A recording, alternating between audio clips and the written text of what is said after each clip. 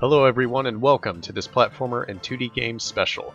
Today we'll be looking at TowerFall Ascension, Axiom Verge, Assault Android Cactus, and Crypt of the NecroDancer. To start, let's open up with neither a platformer nor 2D game, but rather one of the bullet hell variety. I chose Assault Android Cactus as it was another game on Valve's promotional video list, and I wanted to share what I think of the two touchpads replacing traditional sticks for twin-stick shooting. You might have guessed that this video is going to be focused on the touchpad D-pad, and this will be combined with the right trackpad where applicable. Before we really get into things, I'd like to preface that I want to revisit some of my earlier videos, so there might be some overlap in the next few uploads. I know you're very excited to get your hands on your own Steam controller in just under 2 weeks' time, so I'll do my best to keep these videos as informative and as varied as I can. Assault Android Cactus, or AAC as it will be referred to for the rest of this segment, might be the next game I'll be spending a lot of time with out in the living room, and this controller won't hinder my ability to play the game in any way.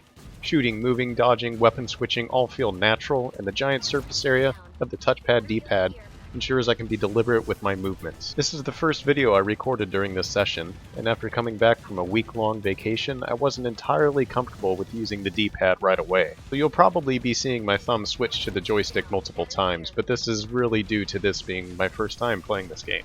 With that said, overall I felt it was easy switching between the pad or the stick on the fly, and while I did mostly play with the stick during this video, going back and playing it a second time, I'm confident that I'll favor using the D-pad over the thumbstick.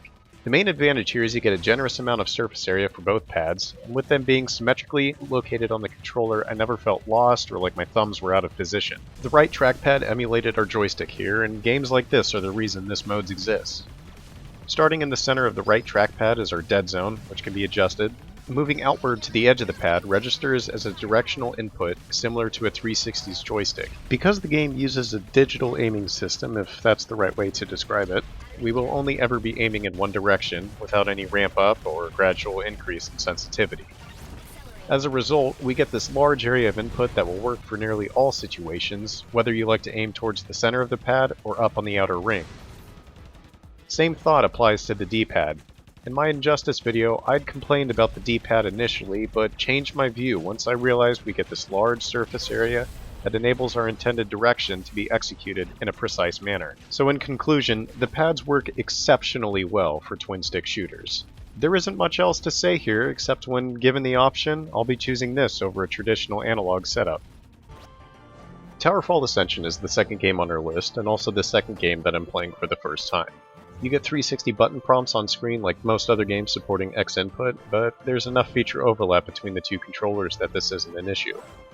And speaking of issues, I was having a pretty damn tough time finding one while playing this game. D-pad movement is fantastic here, and having the indentions on the pad again solidify the fact that you won't feel lost sweeping around on this thing. I had no problems wall jumping, making last-minute corrections mid-air, or aiming. Was able to pull off some pretty sick mid-air 360 no-scope double kills that I'm not sure I'd be able to do on a standard controller. Maybe I could, but getting vibrations under my thumb really let me know what I'd be seeing on screen. No surprises in aiming upwards when I wanted to aim right, no question if I'd move when I wanted to, everything just seemed to work. So these segments might get a little bit shorter as the video goes on, I don't want to repeat myself too much. But to summarize, movement feels good thanks to the D-pad being non-intrusive, and the ergonomics of the controller itself allow me to sink a good amount of time into this game without straining my hands. Crypt of the NecroDancer is kind of the oddball here. It's a game that could be played on pretty much any input device, hell, even a dance pad. The gameplay is simple. It's a rhythm-based roguelike in which you move, fight, and loot to the beat of the song, and are penalized for missing beats. I messed around with the D-pad, turned button overlap off, and while it worked, it was much more fun to just use the face buttons, as it was what I was most familiar with. I guess this segment might serve as more of a plug for the game, so I'll go ahead and take this moment to say if you haven't played Crypt of the NecroDancer, you should give it a shot. An intuitive and catchy movement system on top of a fairly subpar dungeon crawling experience results in an unexpected realm of hilarity and enjoyment.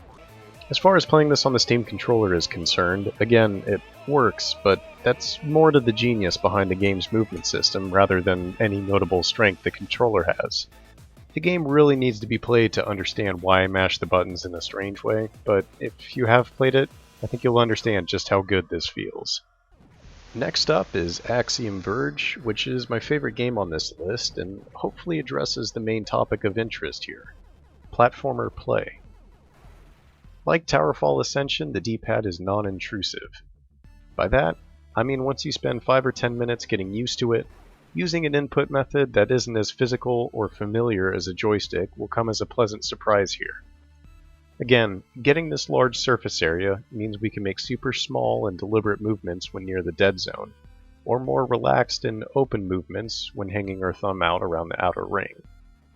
Near dead zone movement is useful for when trying to ascend platforms, and the open areas are more practical for those screen-length stretches within the game's level.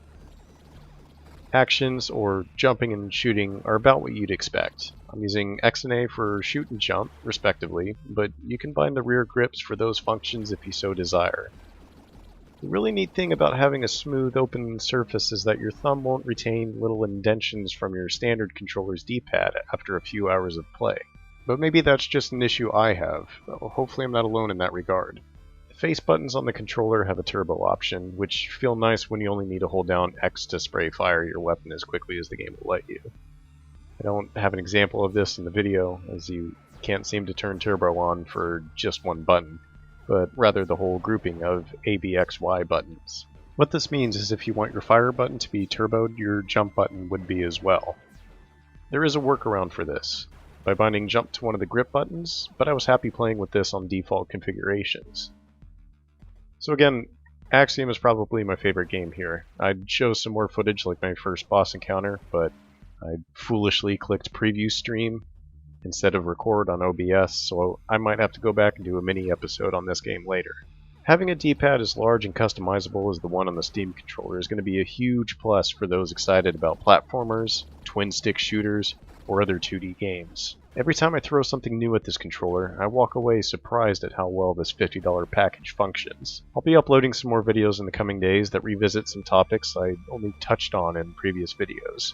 GTA will be making an appearance in the next episode, as we'll be covering games that are not only popular, but would also benefit from the trackpad for things like driving and shooting simultaneously. Other than GTA, I'll be going into non-Steam games and what this means for emulators or games that use proprietary launchers. So with all of that said, thank you for watching. I'll have more videos like this one soon.